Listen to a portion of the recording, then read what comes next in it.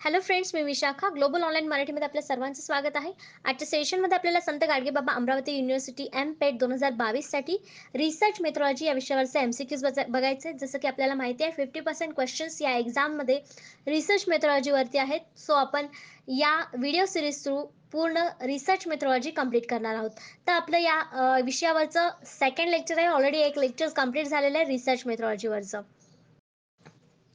Session सुरू करण्यापूर्वी एक महत्त्वाची गोष्ट अशी, की जे स्टुडंट्स यावर्षीची एक्झाम टार्गेट करत आहेत संत गाडगेबाबा अमरावती युनिव्हर्सिटीची म्हणजे एम-पेट 2022ची, तर त्यांच्यासाठी आम्ही एक कंप्लीट कोर्स घेऊन आलो आहोत रिसर्च मेथॉडॉलॉजीवरती. जसं की आपल्याला माहिती आहे 50% क्वेश्चन, 50% मार्क्स हे रिसर्च मेथॉडॉलॉजीला आहेत. त्यासाठी हा कोर्स आहे, ज्या कोर्समध्ये तुम्हाला मिळणार आहेत full syllabus notes, full syllabus test series, full syllabus video lectures. हे लेक्चर्स जे असणार आहेत ते रेकॉर्डेड असणार आहेत. याशिवाय full syllabus live crash course, live lectures देखील तुम्हाला मिळणार आहेत. शिवाय 1000+ एम-सी-क्यूज रिव्हिजन पी-डी-एफ मिळणार आहे रिव्हिजनसाठी. ओके. पूर्णपणे हे पॅकेज असणार आहे, ज्याची फीस फक्त 599 आहे, म्हणजे 599 आहे. आणि हा कोर्स जॉईन करण्यासाठी फक्त दिलेल्या व्हॉट्सअप नंबरवरती मेसेज करायचा आहे. सुरू करूयाच्या प्रश्नांना. पहिला प्रश्न आहे, what is the name of conceptual framework in which the research is carried out? संशोधन करण्याच्या वैचारिक चौकटीचं नाव काय आहे? वैचारिक चौकट इथे का म्हटलेलं आहे? कन्सेप्च्युअल फ्रेमवर्क इथे का म्हटलेलं आहे? नुसतं फ्रेमवर्क म्हटल्यानंतर तिथे आपण एक फ्रेम कुठल्याही प्रकारची असू शकते, पण इथं वैचारिक फ्रेमवर्क म्हटलं म्हणजे आपण विचार करून ठेवतो की अशी अशी आपल्याला बांधणी करायची आहे. ती वैचारिक चौकट म्हणजे संशोधनाची काय आहे? तर त्या वैचारिक चौकट कशाला म्हणतात हा आपला प्रश्न आहे.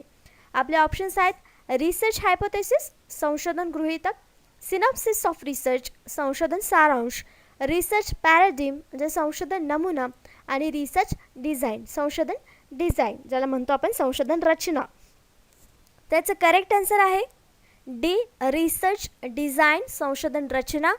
कारण आपल्याला हे प्रत्येक वेळी लक्षात ठेवायचं आहे, जेव्हा कन्सेप्च्युअल फ्रेमवर्क हा वर्ड येतो तेव्हा तिथं ते रिसर्च डिझाईनशी रिलेटेड असतो. प्रश्न जो असतो तो आपला रिसर्च डिझाईनशी रिलेटेड असतो, कारण रिसर्च डिझाईनसाठीच आपल्याला एक फ्रेमवर्क बनवावं लागतं. मेंटल किंवा कन्सेप्च्युअल वैचारिक चौकट आपल्याला बनवावी लागते की आपला रिसर्च कसा असणार, आपल्या मेथड्स कुठल्या यूज करायच्यात हे आधी आपल्याला विचार करावा लागतो.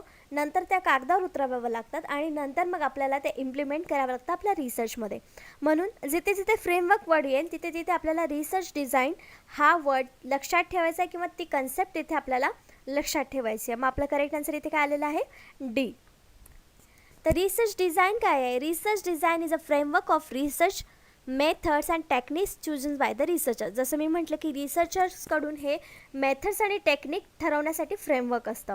The design allows researchers to home in research methods and that are suitable for the subject matter and set up their studies up for the success. म्हणजे आपला रिसर्च चांगला व्हावा यासाठी किंवा सक्सेसफुल राहावा यासाठी एक आपण ही चौकट असतो, ज्याच्यामध्ये आपण मेथड्स ठरवत असतो की आपल्याला कुठली मेथड या रिसर्चमध्ये आपल्या निवडलेल्या सब्जेक्टमध्ये कुठली मेथड योग्य आहे ते इथे आपण ठरवत असतो. The research design of research topic explains the types of research. तर रिसर्च डिझाईनमध्ये देखील वेगवेगळे प्रकार आहेत, टॉपिक्स आहेत. ते कुठले कुठले आहेत? एक्सपेरिमेंटल, सर्वे, कोरिलेशनल, सेमी एक्सपेरिमेंटल, रिव्ह्यू, हे सगळे जे आहेत ते टाईप्स आहेत रिसर्च डिझाईनचे. पण हे आपण नंतर एखाद्या क्वेश्चनमध्ये येतील त्यावेळेस एक्सप्लेन करणार आहोत किंवा थेरी पार्टमध्ये आपण बघणार आहोत. पण तोपर्यंत रिसर्च डिझाईनचे हे प्रकार आहेत हे आपल्याला लक्षात ठेवायचं आहे. And also it's sub types म्हणजे याच्यात सब टाईप्स पण आहेत. ते कोणते कोणते आहेत? Experimental design, research problem, descriptive, case study. Research डिझाईनचे हे प्रकार आहेत. नेक्स्ट क्वेश्चन म्हणजे 2 नंबरचा क्वेश्चन आपल्याला बघायचा आहे. Which of the following feature are consider as critical in qualitative research? गुणात्मक संशोधनामध्ये खालीलपैकी कोणती वैशिष्ट्य गंभीर मानली जातात? कुठले गुण किंवा वैशिष्ट्य जे आहे, फीचर जे आहे ते महत्त्वाचं मानलं जातं क्वालिटेटिव्ह रिसर्चमध्ये, हे आपल्याला सांगायचं आहे.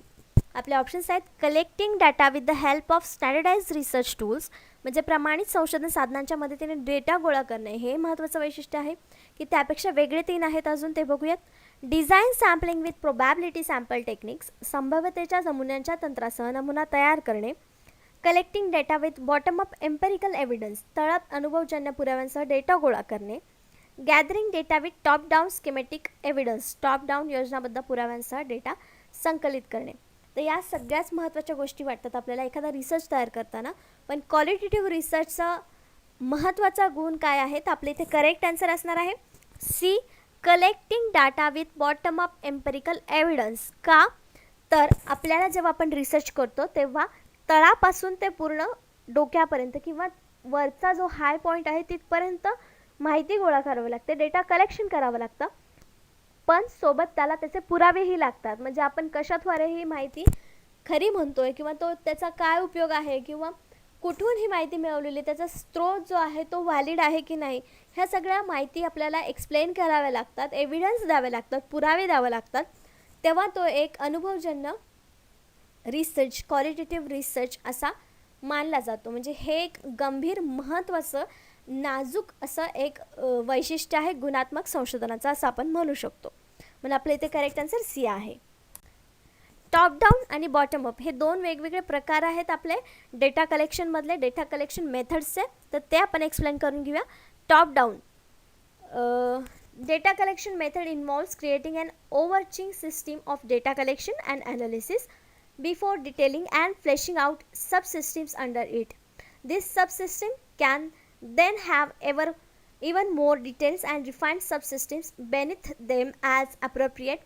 As an example, for information gathering, this may look like creating a system of reporting for the management team first and then detailing how the field workers get the data of management afterwards.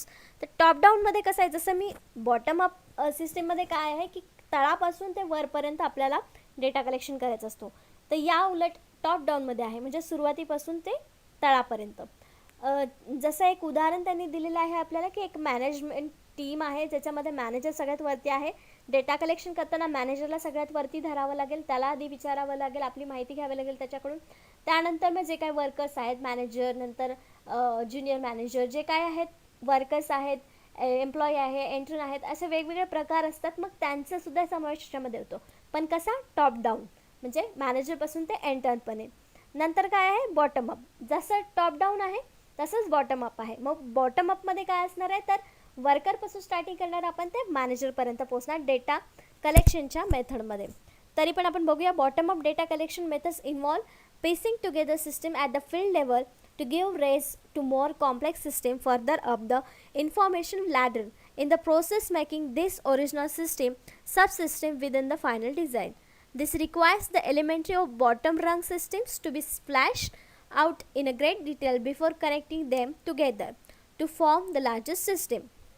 Using the information gathering example, this would look like first creating a data gathering model for the field worker and then deciding how the data will be transferred to the management team.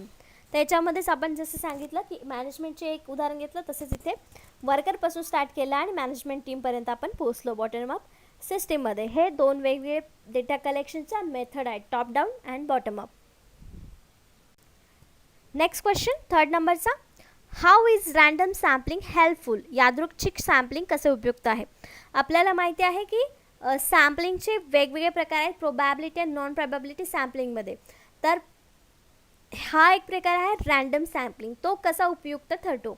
आपल्या options आहेत reasonably accurate, अगदी अचूक असतो म्हणून, and economical method of data collection, data collection करण्याची एक आर्थिक पद्धत आहे, फ्री फ्रॉम पर्सनल बायस, वैयक्तिक पक्षपातीपासून मुक्त आहे, आणि D all of the above आहे.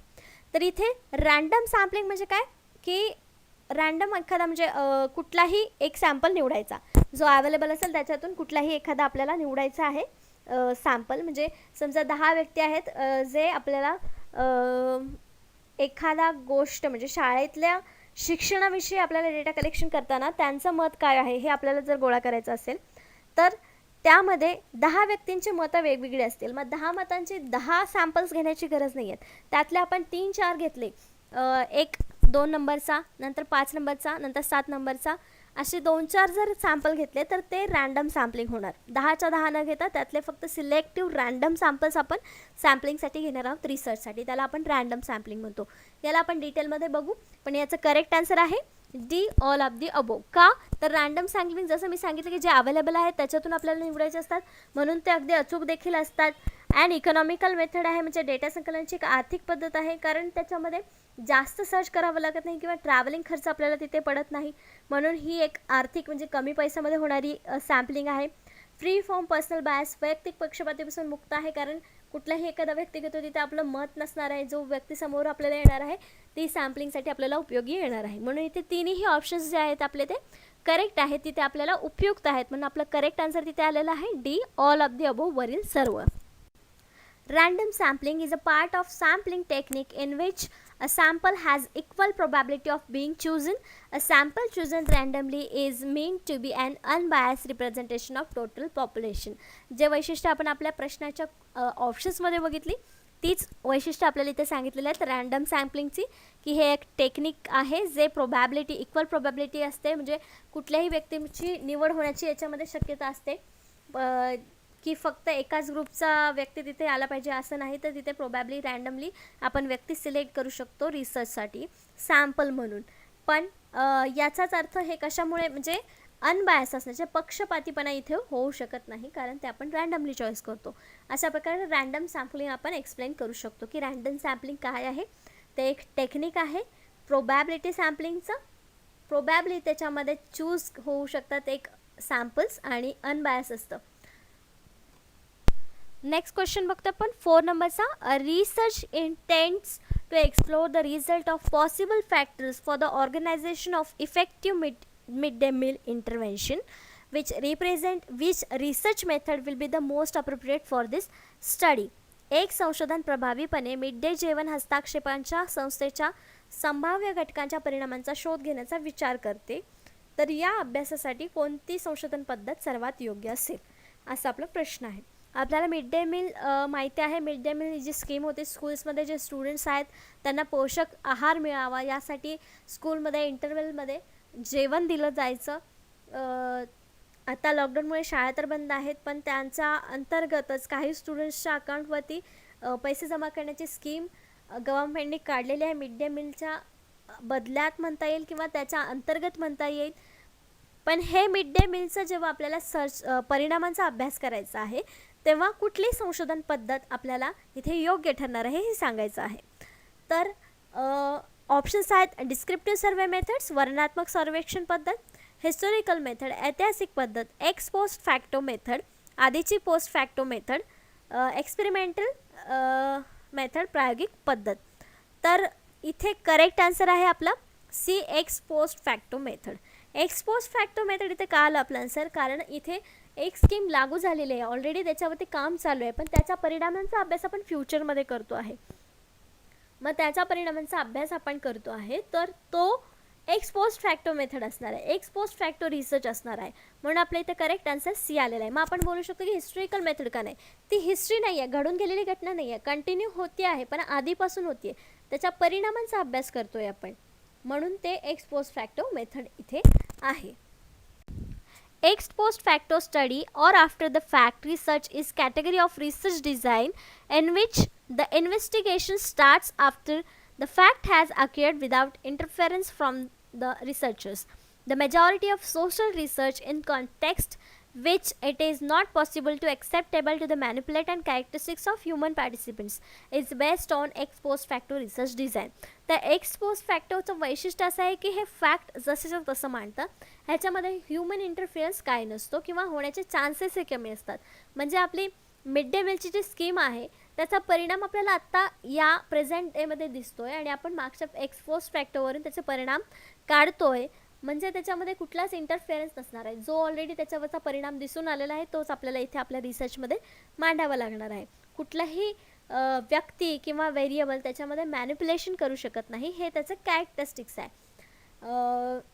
अशा प्रकारे आपण एक्स पोस्ट फॅक्टो काय आहे किंवा x post facto research design काय आहे हे आपण सांगू शकतो.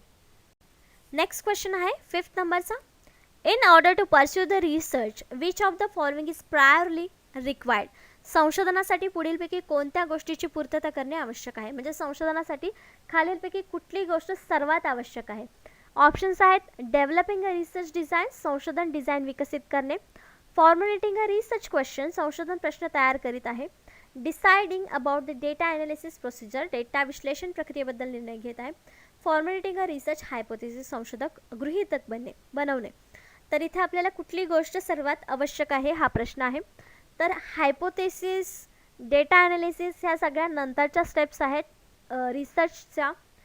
पण सगळ्यात पहिले आपल्याला डिझाईनच्या पण अगोदर आपल्याला क्वेश्चन पाहिजे, कारण समस्याच नसेल आपल्यासमोर, आपल्याकडे समस्या नसेल तर आपण रिसर्च कशावर करणार, हो ना.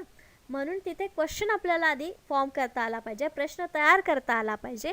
म्हणजे ही आपली सगळ्यात बेसिक नीड आहे रिसर्चसाठीची. मग इथे आपलं करेक्ट आन्सर काय येणार आहे? बी, फॉर्मॅटिंग अ रिसर्च क्वेश्चन, संशोधन प्रश्न तयार करत आहे. हा आपला इथे आवश्यक घटक आहे संशोधनासाठीचा. What is research problem? Research problem म्हणजे काय? It refers to some difficulty which a researcher experience in the context of either theoretical or practical situation and wants to obtain a solution for the same. A research problem can be simply defined as a statement that identifies the problem or situation to be studied. तर research problem म्हणजे थोडक्यात इथे सांगितलेलं आहे की एक problem आहे, solution शोधायचं आहे त्याच्यावरती. मग ते सोल्युशन काय असणार? आपलं रिसर्च असणार आहे. तर रिसर्च प्रॉब्लेमला आपण स्टेटमेंट म्हणून घेऊ शकतो, ज्याच्यावर आपल्याला सोल्युशन शोधायचं आहे. कुठल्याही सिच्युएशनचा प्रॉब्लेम सॉल्व्ह करण्यासाठी ते स्टेटमेंट आवश्यक असतं. प्रॉब्लेमच नसेल तर आपण त्याच्यावर सोल्युशन काय शोधणार, बरोबर ना. आपण आयुष्यात जगताना असंच करतो ना. जर एखादी समस्या समोर आली तरच त्याच्यावर सोल्युशन शोधतो. डायरेक्ट सोल्युशन शोधायला जातो का आपण? नाही. मग इथं देखील पहिली स्टेप रिसर्चची काय आहे? रिसर्च प्रॉब्लेम सर्च करणं किंवा रिसर्च प्रश्न तयार करणं. नेक्स्ट क्वेश्चन आहे 6th. Which one among the following statement is falls in the context of participatory research? सहभागी संशोधनाच्या संदर्भात खालीलपैकी कोणते विधान चुकीचे आहे हे विचारलेलं आहे. नेहमी पेपर सॉल्व्ह करताना, कुठल्याही एक्झामला जाताना आपल्याला प्रश्न नीट वाचायचा असतो. करेक्ट आन्सर आपल्या जवळच असतं, ओळखीचं असतं, पण आपण प्रश्न चुकीचा वाचतो म्हणून आपण उत्तरही चुकीचं देतो. मग इथं आपल्याला काय प्रश्न विचारलेला आहे की कोणतं विधान चुकीचं आहे. म्हणजे त्यातले 3 विधानं बरोबर आहेत आणि एकच चुकीचं आहे, ते कोणतं आहे ते आपल्याला सांगायचं आहे. ऑप्शन्स आहेत. It recognize knowledge as a power, हे ज्ञानाला सामर्थ्य म्हणून ओळखतं. It is collective process of enquiry, ही चौकशीची सामूहिक प्रक्रिया आहे. It emphasizes people as a expert, हे तज्ज्ञ म्हणून लोकांना जोड देते किंवा ओळख देते. Its sole purpose is the production of knowledge, त्याचा एकमात्र उद्देश ज्ञानाची निर्मिती आहे. सगळेच बरोबर वाटत आहेत आपल्याला संशोधनाबद्दल. हे सगळे जे वाक्य आहेत ती सगळीच बरोबर वाटत आहेत, पण यातला एक चुकीचं आहे आणि ते आन्सर आहे डी, इट्स सोल.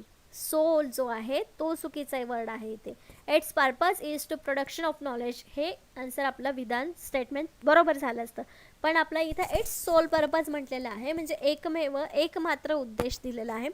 तर याचा एकमात्र उद्देश हा नाही, याचे अनेक उद्देश आहेत. जे आपण वरती बघितले ते सुद्धा त्याचे उद्देशच आहेत असं आपण म्हणू शकतो. म्हणून आपल्या इथं करेक्ट आन्सर काय आलेलं आहे?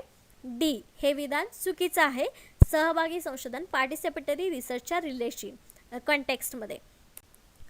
The researcher work with the members of the community to understand and resolve the community problems, to empower community members and to democratize research.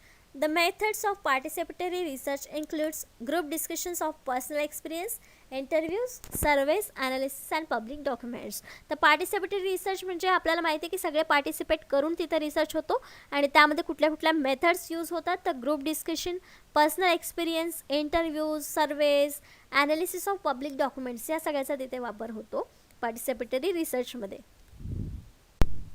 Next question आहे 7th नंबरचा. What does the longitudinal research approach actually deal with? रेखांशाचा संशोधन दृष्टिकोन प्रत्यक्षात कशाचा सामना करतो? Options आहेत. लॉंग टर्म रिसर्च, दीर्घकालीन संशोधन, शॉर्ट टर्म रिसर्च, अल्पकालीन संशोधन, हॉरिझॉन्टल रिसर्च, क्षैतिज संशोधन, नन ऑफ द अबोव, वरीलपैकी काहीही नाही. त्याचं करेक्ट आन्सर आहे ए, लॉंग टर्म रिसर्च, दीर्घकालीन संशोधन. का ते आपण समजून घेऊया. तर लॉन्जिट्युडिनल रिसर्च जो आहे, अप्रोच जो आहे, तो कसा आहे की एका विषयावर अनेक वर्ष अभ्यास करायचा एका ठराविक गॅपने किंवा एका ठराविक कालावधीमध्ये, त्याला आपण लॉन्जिट्युडिनल रिसर्च असं म्हणतो. मग ही कशी टर्म झाली? ही एक लॉंग टर्म रिसर्च प्रोसेस झालेली आहे. म्हणून इथं आपलं करेक्ट आन्सर काय आलेलं आहे? A. Long term research. A longitudinal study is a type of correlational study that involves looking at variables over the extended period of time. तर याच्यामध्ये काय सांगितलेलं आहे की एकाच व्हेरिएबलवर बराच काळ आपण संशोधन किंवा स्टडी करत असतो. This research can take place over the period of weeks, months or even years. तर हा कालावधी काही आठवड्यांचा असू शकतो, काही महिन्यांचा असू शकतो, तर काही वेळेस हा काही वर्षांचा देखील असू शकतो. In some cases, longitudinal studies can last several decades. काही वेळेस लॉन्जिट्युडनल स्टडीज करताना डिकेड्स म्हणजे 10 वर्ष देखील डिकेड्समध्ये हा स्टडी केला जाऊ शकतो लॉन्जिट्युडनल स्टडीमध्ये. म्हणून याला आपण काय म्हणतो, लॉंग टर्म रिसर्च असं म्हणतो. आपलं करेक्ट आन्सर तिथं ए आलं होतं, long term research. Next question आहे 8th नंबरचा. Evaluation research is concern with dash dash. मूल्यांकन संशोधन डॅश डॅशशी संबंधित आहे. कशाशी संबंधित आहे? आपले ऑप्शन्स आहेत. How well are we doing म्हणजे आपण किती चांगले करत आहोत. वाय आर वी डुईंग आपण का करत आहोत. व्हॉट आर वी डुईंग आपण काय करत आहोत. आणि दी नन ऑफ दी अबो. तर इव्हॅल्युएशन या वर्डवरूनच आपल्याला समजायला पाहिजे की आपण इव्हॅल्युएशन म्हणजे काय करतो, तर मूल्यांकन करतो स्वतःचं. एक्झाम्स वगैरे होतात त्याच्यामध्ये देखील इव्हॅल्युएशन होतं, म्हणजे तुमचं ज्ञान किती आहे हे मोजलं जातं, मूल्यांकन केलं जातं. म्हणजेच इथं आपलं करेक्ट आन्सर काय असणार आहे, A. How well are we doing. इव्हॅल्युएशनचा मेन मोटो काय आहे, कन्सर्न काय आहे की आपण किती चांगल्या प्रकारे काम करत आहोत किंवा आपण जे करत आहोत ते किती चांगल्या प्रकारे करत आहोत याच्यावरती ते इव्हॅल्युएशन रिसर्च असतो, कन्सर्न असतो. Evaluation research is defined as a form of disciplined and systematic inquiry that is carried out to arrive at the assessment and appraisal of the object, program, practice, activity or the system with the purpose of providing information that will be used of decision making. तर evaluation research कशासाठी होतो, त्याच्यामध्ये आपल्याला price देण्यासाठी, ऑब्जेक्टला praise करण्यासाठी, appraisal देण्यासाठी, activity किती चांगली झाली हे बघण्यासाठी, सिस्टीमचा पर्पज जो आहे तो झाला की नाही फुलफिल हे बघण्यासाठी आपण इव्हॅल्युएशन रिसर्च करत असतो. किंवा त्याचा उपयोग आपल्याला डिसिजन मेकिंगसाठी देखील होतो. जसं की उदाहरणार्थ नवीन मशीन्स जर बाजारात आले असतील तर त्याचं इव्हॅल्युएशन होतं, मग ती मशीन योग्य आहे की नाही किंवा त्याच्यामध्ये आणखीन काही सुधारणा पाहिजेत यावरती डिसिजन घेण्यासाठी, डिसिजन मेकिंगसाठी हे इव्हॅल्युएशन रिसर्च आपल्याला उपयोगी पडते. नेक्स्ट क्वेश्चन बघूया 9th नंबरचा. Which of the following does not correspond to the characteristics of research? पुढीलपैकी कोणते संशोधनाच्या वैशिष्ट्याशी संबंधित नाही. ऑप्शन्स आहेत. रिसर्च इज नॉट पॅसिव्ह, संशोधन निष्क्रिय नाही. रिसर्च इज अ सिस्टमॅटिक, संशोधन पद्धतशीर आहे.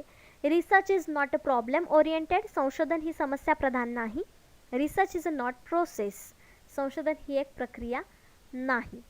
त्याच्यामध्ये वैशिष्ट्य आहेत सगळी, ही सगळी जी आहेत ती वैशिष्ट्य आहेत संशोधनाची. संशोधन का व्हावं किंवा कशासाठी केलं जातं किंवा त्याच्यामध्ये काय वैशिष्ट्य असतात म्हणजे ते संशोधन आहे हे आपण ओळखू शकतो.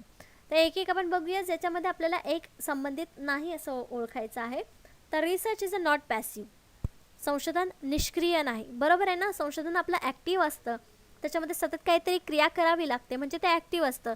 निष्क्रिय नाही म्हणजे ते ॲक्टिव्ह आहे. म्हणजे इथं आपलं हे पहिलं वाक्य जे आहे, फर्स्ट स्टेटमेंट जे आहे ते करेक्ट आहे. नेक्स्ट आहे रिसर्च इज अ सिस्टमॅटिक, संशोधन पद्धतशीर आहे. बरोबर, त्याच्या वेगवेगळ्या स्टेप्स आहेत, मेथड्स आहेत म्हणून ते एक पद्धतशीर आहे संशोधन. Research is a not problem oriented, संशोधन ही समस्या प्रधान नाही, प्रॉब्लेम ओरिएंटेड नाही. प्रॉब्लेम आपल्याला लागतो पण कशासाठी, सोल्युशन शोधण्यासाठी. म्हणून आपलं हे देखील करेक्ट आन्सर आहे. मग नेक्स्ट जे आहे ते रिसर्च इज नॉट प्रोसेस, संशोधन ही एक प्रक्रिया नाही. मग हेच जे वैशिष्ट्य आहे ते आपलं करेक्ट आन्सर आहे D. Research is not process, संशोधन ही एक प्रक्रिया नाही. कारण हे सिस्टमॅटिक आहे, पद्धतशीर आहे, निष्क्रिय नाही. म्हणजेच ही एक प्रोसेस आहे, त्याच्यामध्ये वेगवेगळ्या प्रोसेसने स्टेप्सने आपल्याला ती क्रिया सतत करावी लागते. म्हणजेच ती एक कंटिन्यू प्रोसेस आहे रिसर्चची. ती कंप्लीट झाल्यावरच आपला रिसर्च पूर्ण होतो. म्हणून इथं आपलं जे डी आन्सर आहे, डी करेक्ट ऑप्शन जे आहे ते इथे चुकीचं आहे स्टेटमेंट, म्हणून आपला ऑप्शन करेक्ट इथं डी आलेला आहे. रिसर्च कॅरेक्टरिस्टिक्स काय काय आहेत. Originates with the question or a problem, म्हणजे सुरुवात कुठून होते तर प्रॉब्लेम किंवा समस्येपासून होते. रिक्वायर्स क्लिअर आर्टिक्युलेशन ऑफ गोल्स, म्हणजे जे काय आपले ध्येय आहेत त्याच्यासाठी हे क्लिअर विजन असलं पाहिजे, आपलं गोल्स काय आहेत ते क्लिअर असले पाहिजेत रिसर्चसाठी. Follows a specific plan or procedure, systematic plan आणि प्रोसिजर तिथं फॉलो केली तर आपण रिसर्चपर्यंत पोहोचतो. Often divides main problem into sub problems, तर ह्याच्यामध्ये रिसर्चचा अजून एक कॅरेक्टरिस्टिक्स काय आहेत तर मेन प्रॉब्लेम आणि त्याच्यानंतर त्याचे सब प्रॉब्लेम्स काय आहेत. जसे की आपण म्हणतो की पाण्याचा प्रॉब्लेम आहे, हा मेन प्रॉब्लेम झाला.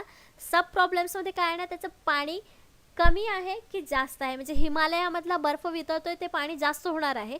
आणि दुसरा प्रॉब्लेम काय असणार तर एकीकडे प्यायचं पाणी लोकांना मिळत नाही आहे. हे दोन सब प्रॉब्लेम्स असणार आहेत मेन प्रॉब्लेमचे. हे देखील एक रिसर्चचं कॅरेक्टरिस्टिक्स आहे. Guided by the specific problem, question or the hypothesis, तर ते एक स्पेसिफिक प्रॉब्लेम जो आहे तो क्वेश्चन, हायपोथेसिस या गोष्टींनी दर्शवतो किंवा गाईड करत असतो. एक्सेप्ट सर्टन क्रिटिकल अझम्पशन्स, आपण काही काही अझम्पशन्स करत असतो रिसर्चमध्ये, हे एक आपलं कॅरेक्टरिस्टिक्स आहे. Requires collection and interpretation of data, ह्याच्यामध्ये कलेक्शन डेटाचं आणि इंटरप्रिटेशन डेटाचं आवश्यक असतं, कारण त्यावरच आपला रिसर्च खरा किती आहे, व्हॅलिड किती आहे हा ठरत असतो. तर अशी काही आपली रिसर्चचे कॅरेक्टरिस्टिक्स म्हणजे रिसर्चची वैशिष्ट्ये आहेत ती आपण एक्सप्लेन करू शकतो. Next question 10वा.